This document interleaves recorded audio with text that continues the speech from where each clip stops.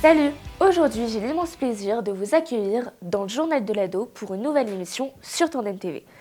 Alors, on a avec nous deux superbes jeunes filles, Léna Salut Shalom. et Nessia, Salut Shalom. qui vont tous deux nous parler de deux sujets totalement différents, mais très intéressants. Alors, Léna va nous parler de l'univers fantastique de Tim Burton, et puis pour Nessia, je vous laisse la surprise.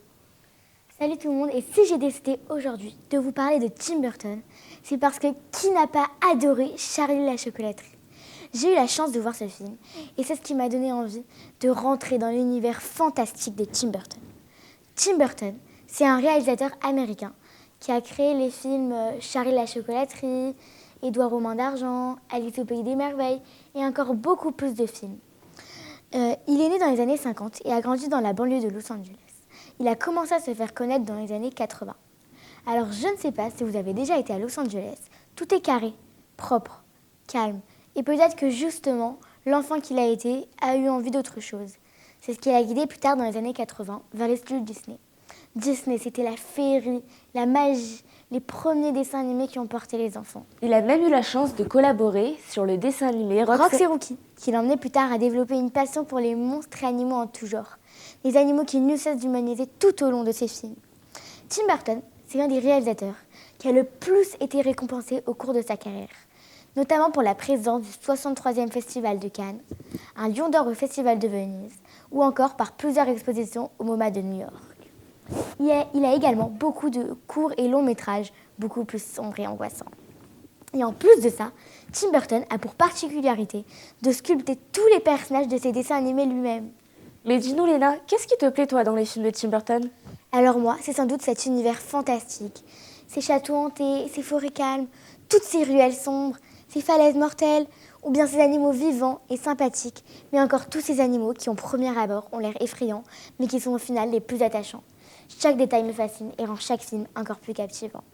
Tim Burton tourna avec les plus grandes stars. Jack Nicholson, Winona Ryder, Natalie Portman dans Mars Attack, ou encore Marion Cotillard, et oui, dans Big Fish. Et vous savez même qu'avec Johnny Depp, il tourna à 8 reprises dans des films qui sont aujourd'hui des incontournables de la cinématographie fantastique. Si on peut apercevoir à plusieurs reprises Helena Bonham Carter, car elle fut sa fiancée pendant plus de 13 ans. Bon, malheureusement, aujourd'hui, ils ne sont plus ensemble. Mais c'est pas à cause de ça que je vais m'empêcher de vous raconter. Tim Burton tombe sous le charme d'Helena en 2001 sur la planète des singes. Et il décida d'en faire sa muse. Terminons cette biographie express par quelques faits sur Tim Burton qui vont sûrement vous plaire. Ah oui, très bonne idée, Shalom. Tim Burton a passé son enfance à dessiner des personnages bizarres, pas communs, qu'il garda par la suite pour ses films. Depuis ce jour, il ne se balada jamais sans son cahier et ses crayons de couleur. Bon, maintenant, je vais vous révéler un petit secret, mais je vous fais confiance, ne le répétez pas à Tim Burton. La plus grande peur de Tim Burton fut pendant des années les chimpanzés. Oui, les chimpanzés. Et pourtant, il décida de les intégrer dans son film La planète des singes. Mais la planète des singes, ce qui lui permit par la suite de les apprécier davantage. Voilà, Tim Burton, c'est tout ça. Une imagination débordante, un dessinateur plus que doué, un réalisateur d'un talent incroyable. Il est aujourd'hui une grande source d'inspiration dans le monde du cinéma. Merci beaucoup Léna pour cette biographie magnifique de Tim Burton. Et maintenant, on vous retrouve avec Nessia sur un sujet totalement différent, TikTok. Vous connaissez tous TikTok?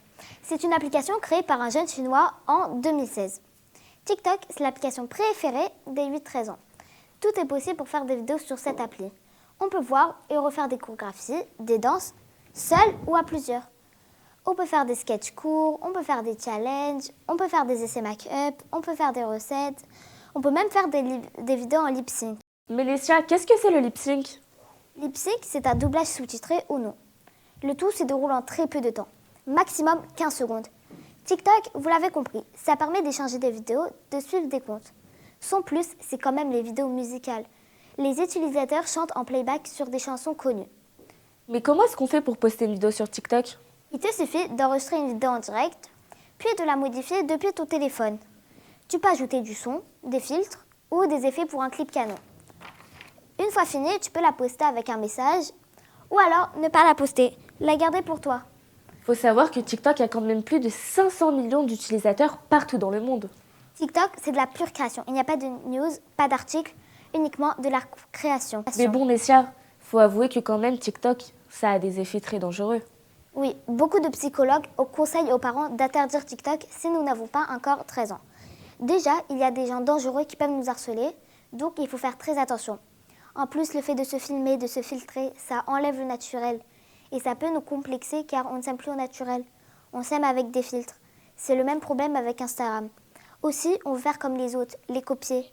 Mais parfois, ce ne sont pas des modèles, car les filles sont vulgaires et les garçons peuvent mal parler, être violents. Mais alors du coup, c'est quoi la solution? La solution, c'est d'attendre d'avoir 13 ans pour utiliser TikTok. Et c'est aussi de sélectionner les vidéos.